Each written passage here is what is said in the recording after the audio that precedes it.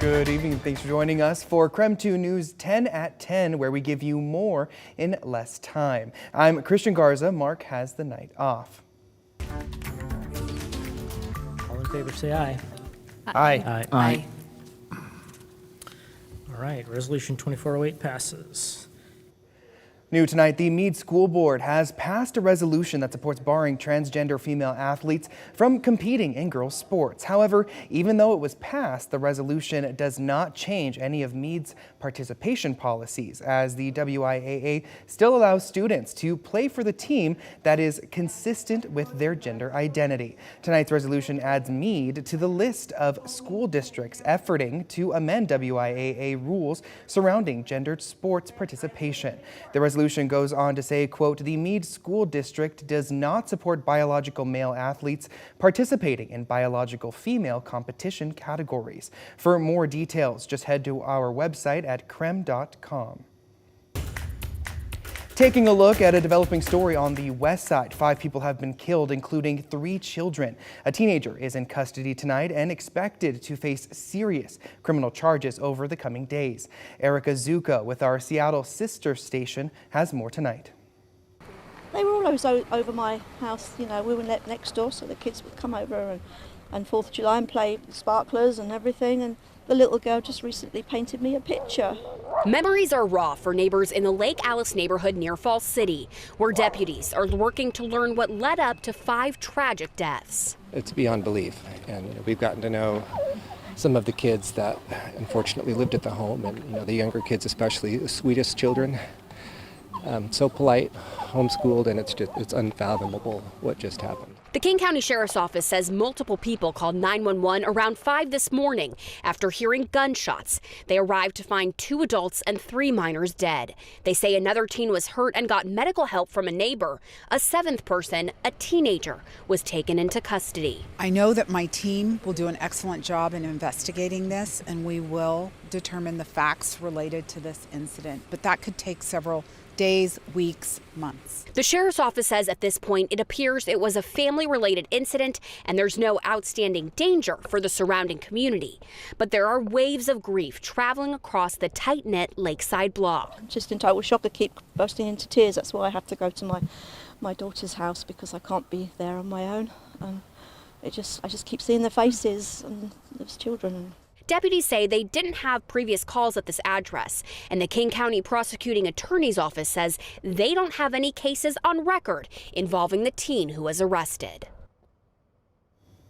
That was King 5's Erica Zuko. Deputies say the teen will likely face 1st or 2nd-degree murder charges.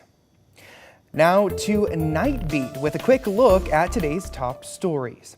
A Spokane dermatologist now faces 23 federal charges, accused of fraudulently using more than $1 million in COVID relief. Investigators with the COVID fraud strike force say Dr. Werschler and his businesses, including Spokane Dermatology Clinic, fraudulently used $1.5 million in pandemic assistance meant to keep small businesses running. The U.S. Attorney's Office says he instead bought himself a home in Scottsdale, Arizona, 2 Porsche sports cars, and paid off personal debts. When we see instances where individuals took advantage of these funds that were in a time of crisis for so many, we know our community does not stand for that, and it's not fair for individuals to take these funds, to use them on their own personal benefit or gain, and not be held accountable. Werschler's attorneys declined an interview but sent us a statement saying the indictment is not based in fact. Attorney Ron Van Wert says these are false allegations from a disgruntled former bookkeeper in an attempt to reduce her prison exposure after she pleaded guilty to stealing from the clinic. Dr. Werschler denies any wrongdoing and is confident that he'll be exonerated.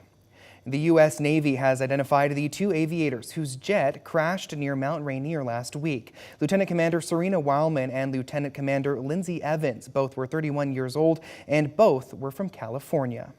Their fighter jet went down in a remote area near White Pass on Tuesday. Governor Jay Inslee has approved National Guard support to assist the Navy with recovery efforts. The Guard will focus on providing around-the-clock security at traffic control points. These are human beings that sacrificed their life for us, and just it's emotional. It breaks your heart. And it's really hard to talk about because they are part of our community. Both pilots were declared dead yesterday. The Navy announced its crews have shifted from a search and rescue to a recovery operation. The cause of the crash is still being investigated.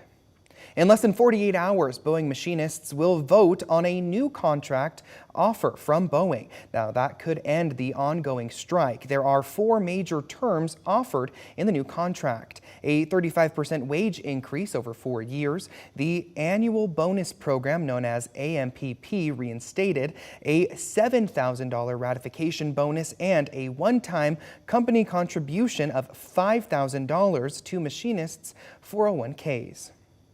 This offer does not include reinstating the pension. Boeing says there is no scenario where that happens. Again, union members will vote on Wednesday, and we'll let you know when we get the results.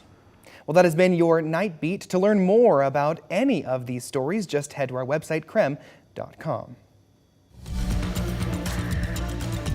And taking a break from the headlines, let's switch over to weather tonight and take a first look at that forecast with Chief Meteorologist Jeremy Legoo. Now, it's actually pretty chilly tonight, so is this going to kind of be sort of the new normal, Jeremy, or what? Oh, absolutely, especially as we head through the next couple of days. Temperatures have taken a dive since the sun has gone down. We are in the mid-40s in eastern Washington and central Washington.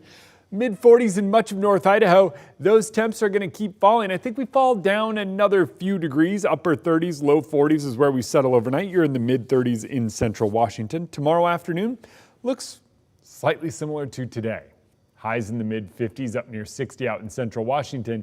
And all of that comes with a lot more sunshine than what we experienced over the past, say, 12 hours. All of those clouds clear out overnight, and tomorrow, just sunny, taking us through the day. A high of 55 degrees here in Spokane precedes a bit of a cool down. We'll fall back into the mid and low 30s through the rest of the week, and our daytime highs are going to slowly creep back closer and closer to 50 each day. Thank you, Jeremy. Well, the FBI is asking for help finding a missing native child from Montana. Sawadee Birding Ground is 13 years old, has brown hair and eyes, and is 5'5". Now, she was last seen inside of her family's residence in Garryowen, Montana on October 6th.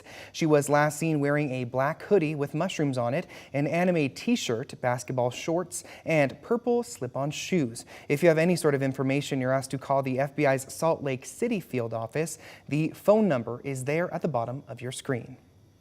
Tonight, Washington health officials are investigating first ever presumptive human bird flu cases in the state of Washington. Now, the Department of Health confirmed 4 agricultural workers tested positive after working with infected poultry in Franklin County. KREM 2's Regan Gallo has more.